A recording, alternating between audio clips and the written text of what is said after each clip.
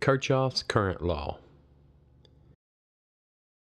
The theory of Kirchoff's voltage law also applies to current. Sort of. When used in this manner, it is known as Kirchoff's current law, or KCL. In mathematic terms, it looks like this. In real terms, it states the sum of all currents I entering and leaving any node or junction in a circuit are equal to 0. It's probably best if we just get straight to the pencil work for this one. So Kirchoff's current law. To ever be able to apply Kirchoff's current law to anything, to any circuit, you have to have what is known as a node. A node in a circuit is really nothing more than a junction, but let's take a closer look at a node. If we have this circuit with a battery and then a resistor here in this orientation and a resistor here in this orientation, we have that junction and that junction, and this is a node. Now, as we did with Kirchoff's voltage law, let's not give any actual values to these things. Let's call this V0. Let's call this guy R1. Let's call this guy R2.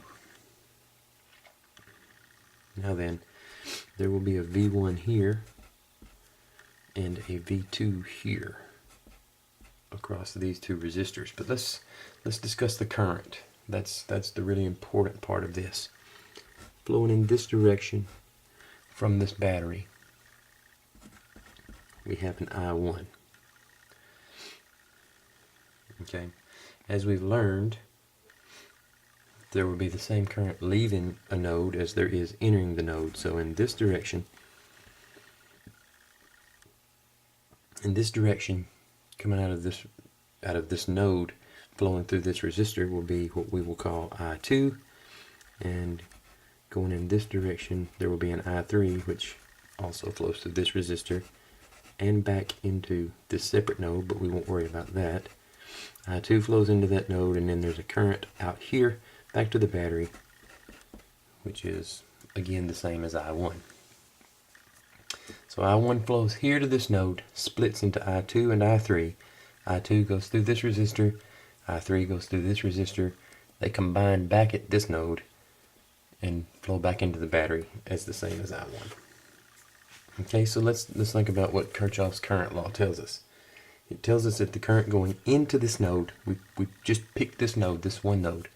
The current going into this node is equal to the currents that are leaving this node. So going into this node, we have I1.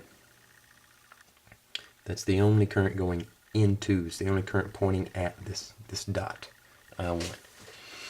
The others are leaving, pointing away from the black dot. So I1 is equal to the sum of the currents leaving, which is I2 plus I3. Now, without any values assigned to these items, that's about as far as we can go with KCL, but this is great information. It also means, by way of algebra, that I2 is equal to I1 minus I3, and it also means that I3 is equal to I1 minus I2. Doesn't really matter so much at this point, but that's what it means. Now, Ohm's law tells us that V1 here, V1 will be equal to I2 times R1.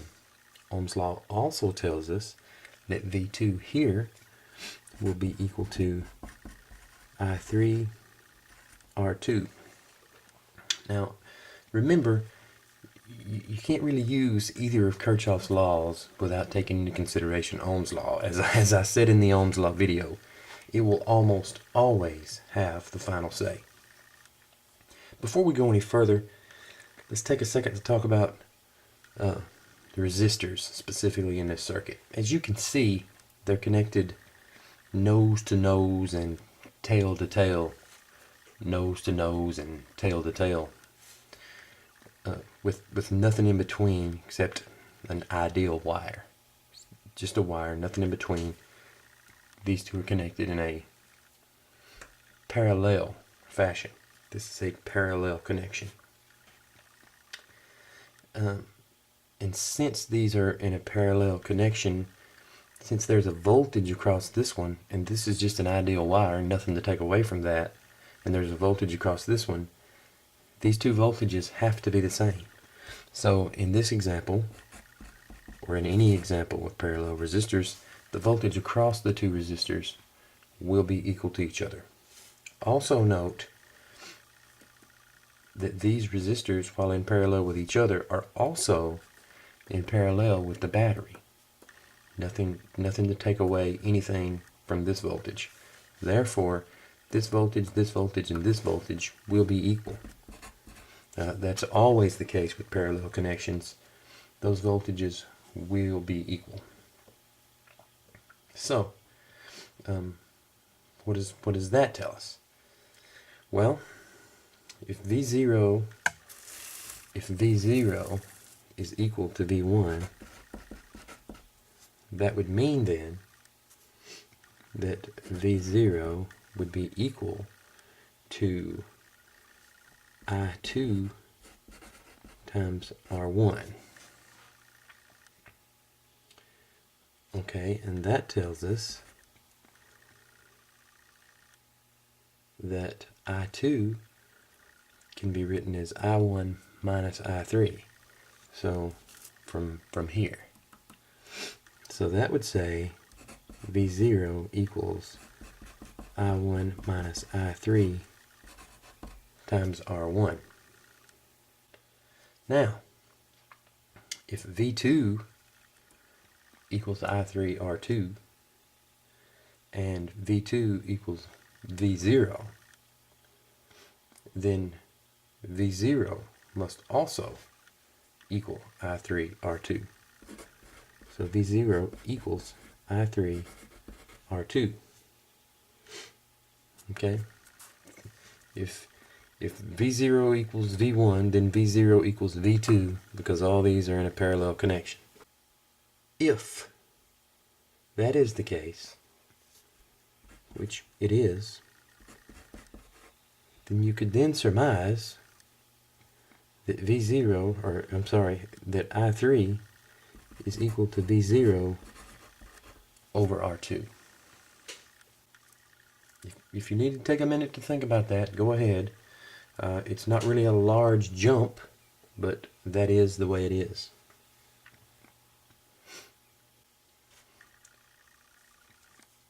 Now, with this being the case,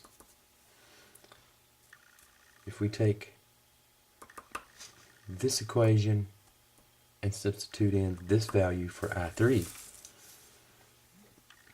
we'll have V0 equals I1 minus V0 over R2 times R1. Then if we multiply that through, we'll have V0 equals I1 R1 minus V0 R1 over R2. To clean that up a little, to get rid of the fractions, we'll multiply through this R2 in the denominator through both sides, which would give us R2 V0 equals I1 R1 R2. Missed my subscript there. Give us I1 R1 R2 minus V0 R1. Okay. Now we rearrange to get the V0s all on the same side. So this would be V0 R1 moved over so it became positive, plus V0 R2, I swapped their writing to make them prettier, equals I1, R1, R2. So if we factor here, we can factor out our V0. V0 times R1 plus R2 equals I1, R1, R2. Now we want to isolate V0 again, which will give us V0 equals I1, R1, R2 divided by, all divided by, R1 plus R2, which we could easily rewrite as V0 equals I1 times R1, R2 over R1 plus R2. Okay, so we left off our last sheet with V0 equals I1 times R1, R2 over R1 plus R2. So let's look more closely at this, at just this term of this equation. The first thing we want to do is rearrange that to swap these two in the top. We wouldn't have to do that, but it will help us in a second. So now we have R2, R1 over R1 plus R2. Now we know that algebra tells us that 1 over A over B is equal to B over A. Get that in the frame. 1 over A over B is equal to B over A. So we know then, if this is the case, if 1 over A over B equals B over A, then 1 over R1 plus R2 over R2 R1 equals R2 R1 over R1 plus R2. It's just the same function as we flip the denominator and the numerator and put it in the denominator under the 1. Same thing. This equals that. And if we were to multiply this denominator through, we would then have 1 over R1 over R2 R1. If we were to multiply that through, we could then have 1 over R2 over R1 R2 plus R1 over R1 R2. These two terms are actually equal. We've just combined the denominators over here, and we've moved R1 and R2 beside each other. Now then, if we factor these out here, we would have 1 over R1, the R2's canceling this term, plus 1 over R2 because the R1's canceling this term. Okay, this situation here is called the sum of inverses. And this is the way you calculate total resistance for parallel connected resistors. It would be 1 over R1 plus 1 over R2 plus 1 over R3 plus however many you have, could be a zillion, plus 1 over Rn, however many. All that is under 1. This is the official formula for it, and Kirchoff's current law is where that official formula comes from. But let's look back up here for just 1 second. Shortcut alert. If you only have 2 parallel resistors, just this formula will get you their total resistance. their amount of total resistance. If there are only two, there can only be two. If there are three, this won't work. If there are 100, this won't work. This is just for only two. If there are more than two, you'll have to use this root here. But that's okay. Let's work out a quick example with some actual values in it. So again, we have a battery, we have a resistor, we have a resistor. Our battery is 9 volts. This resistor is 10k ohms.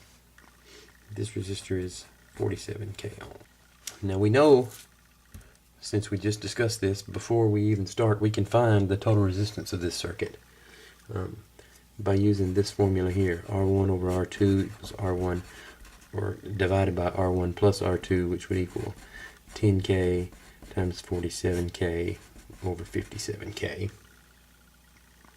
which would give us 8,245.6 ohms for the total resistance of that. Now we know that B equals IR total, which will give us a total current here. So we have 9 volts equals I times 8245.6 ohms. That would be I equal to 9 volts divided by 8245.6 ohms, which would give us 1.09 milliamps.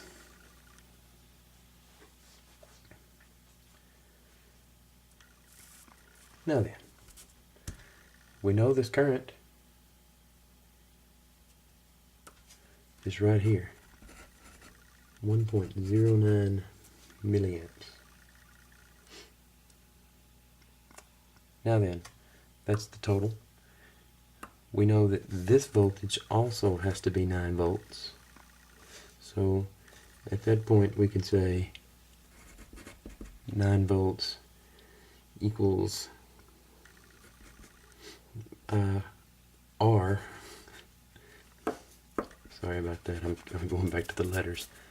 9 volts equals I right here, 2 I2 times 10k ohms, and that will give us 0.9 milliamps. Now from KCL, we could simply subtract to say, if this is I3, if that's I3, we know that I1 equals I2 plus I3. Then we have I1 as 1.09 milliamps, I2 as 0.9 milliamps, plus I3. I3 will simply be this value minus this value. So I3 equals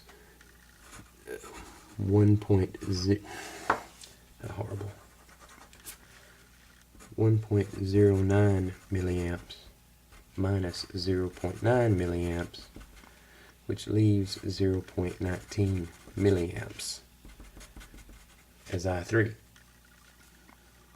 Or we could use Ohm's law to say I3 equals, again, this would be the same 9 volts because of the parallel circuit, divided by 47 kilo ohms, divide that through, and that's going to be 0.19 milliamps. Had to be. A law is a law is a law. You know, when a circuit absolutely can't be reduced down to a simpler equivalent circuit, as this one could be by combining these two and simply making this a one resistor circuit of 8245, that won't always be the case. When you can't do that, KVL and KCL, they're handy for finding voltages and currents in those circuits. You know, not to mention the fact that if you forget how to calculate resistors and you don't have access to Google and you just can't remember it, You can set up these examples with no values, and you can indeed derive those formulas. Sweet. Thanks for watching. Give us a thumbs up to like or subscribe if you want to see more.